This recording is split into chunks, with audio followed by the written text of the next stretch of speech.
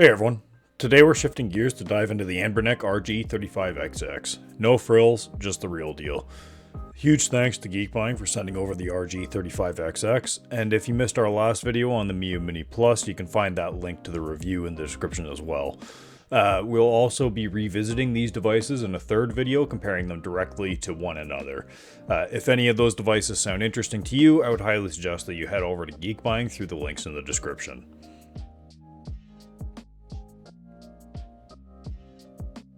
Now, let's talk about the RG35XX design and build. It comes in a few flavors: gray, if you want to call it that, which is the model I have, transparent white, and transparent purple. The unboxing is pretty unamusing. I personally own the Anbernic RG505, and it is consistent with the simplistic packaging. If it helps them save costs in some way, I say go for it. Every penny counts on devices like these to be the most competitive. As for the design, it's basically modeled after like a Game Boy Color. It basically is like the same shell as the MIYOO Mini Plus, except it's a little bit bigger, honestly. Yeah, but beyond that, like, it's got a nice kind of comfortable layout. Inside, the RG35XX packs a quad-core ARM Cortex A9 CPU and a quad-core PowerVR SGX whatever something GPU. Honestly, what does this mean to me? Absolutely nothing, because I'm not too familiar with these CPUs and everything. Although I am surprised to find that there is a quad-core chip in a device like this. I know it's not unheard of or impossible by any means, but when you think of the sheer size of the device compared to some Pentium chip device from the 90s, it truly is incredible.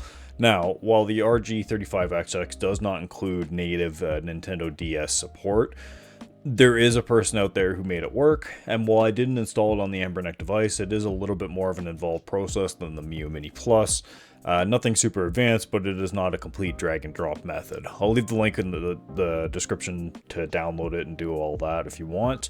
As well, I'll have it set up for a direct comparison to the MIYOO Mini Plus in a future video. Otherwise, performance is honestly exactly as it claims. It runs everything up to PS1 without issues, as far as I can tell. For controls, we have a traditional SNES layout with the YXBA, a crosshair D-pad, which in testing did not produce any rollover when pressing on the down arrow and rocking my thumb back and forth.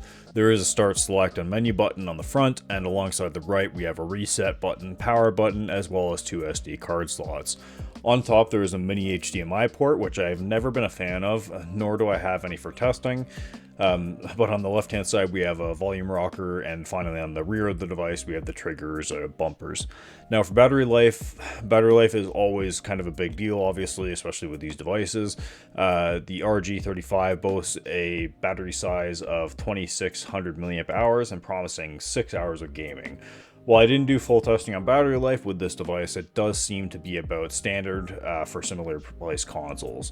Expect to see a like-for-like test in the head-to-head with the MIYOO Mini Plus. As for software, the Anbernic will come loaded with their official AnbernicOS Linux-based solution.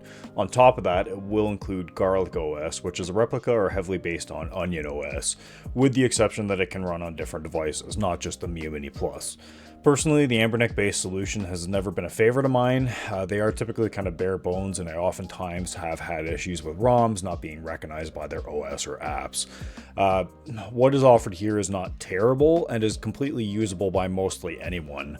But if you want to make the most out of your device, I would highly suggest you check out GarlicOS, as there are more kind of thoughtful touches, such as hotkeys to use in game or system-wide.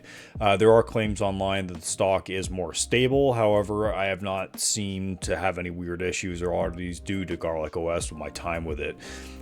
Being included, I would say it definitely doesn't hurt to check it out, as others have also stated improves PS1 performance in some titles. In conclusion, with the device coming in at $45.99 with the 64GB SD card, or $10 more, you can get an additional 128GB SD card with more games. Is it worth it? I would say yes if you have no desire to play Nintendo DS games and don't have any certain brand preference. It is a very sound device. While not having access to Onion OS, which is typically more highly regarded than GarlicOS, is a bummer, GarlicOS seemingly is kind of the exact same experience in my eyes. Anbernic base OS is fine enough for a front end, but if you wish to have things like hotkeys for brightness controls and other simple things, GarlicOS is the way to go with this one. As well, with it being a community-based solution, the chances of more improvements coming are more likely than with Anbernic, I feel. If you have a Steam Deck or other handheld, like I said in my previous video, these devices are great low-cost, low-risk devices to bring in a high-risk theft environment. I'd be much more upset if I lost my Steam Deck than one of my cheaper retro handhelds.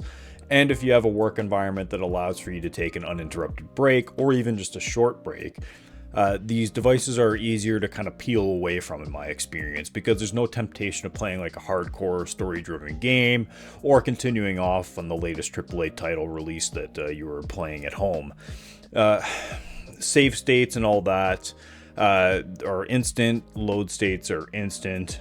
Resuming from sleep often works without issues, and even if you have a quick 5 minutes, that's enough time to complete a level or two in something like Super Mario Bros. If you have any experience with these devices, what do you typically use them for? I'm also ashamed to say I have one in the bathroom for those longer moments. I figure it's more productive than reading some clickbait title on your phone. At the very least, it highlights the pick up and go nature of these devices. As always, thank you so much to my channel members Rico1217, Darkstar, Roy Wayne, RootAccess, and P3CMKR.